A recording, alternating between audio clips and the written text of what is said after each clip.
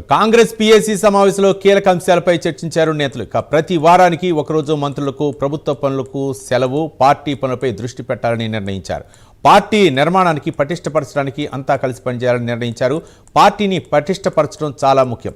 తనతో సహా మంత్రులంతా పార్టీ నిర్మాణంలో భాగస్వాములు కావాలని టీపీసీ చీఫ్ మహేష్ కుమార్ గౌడ్ అన్నారు.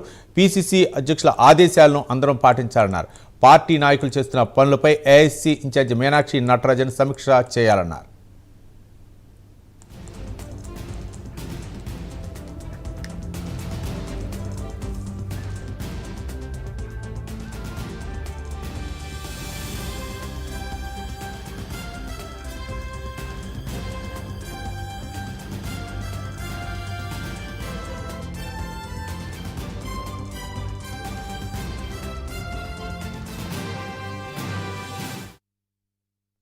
పీసీసీ అధ్యక్షుడి ఆదేశాలను పాటించాల్సిందేనని సీఎం రేవంత్ రెడ్డి స్పష్టం చేశారు. తాను కూడా వారానికి ఒకరోజు నియోజకవర్గంలో పార్టీ పనుల్లో పాల్గొంటానని సీఎం రేవంత్ రెడ్డి చెప్పారు.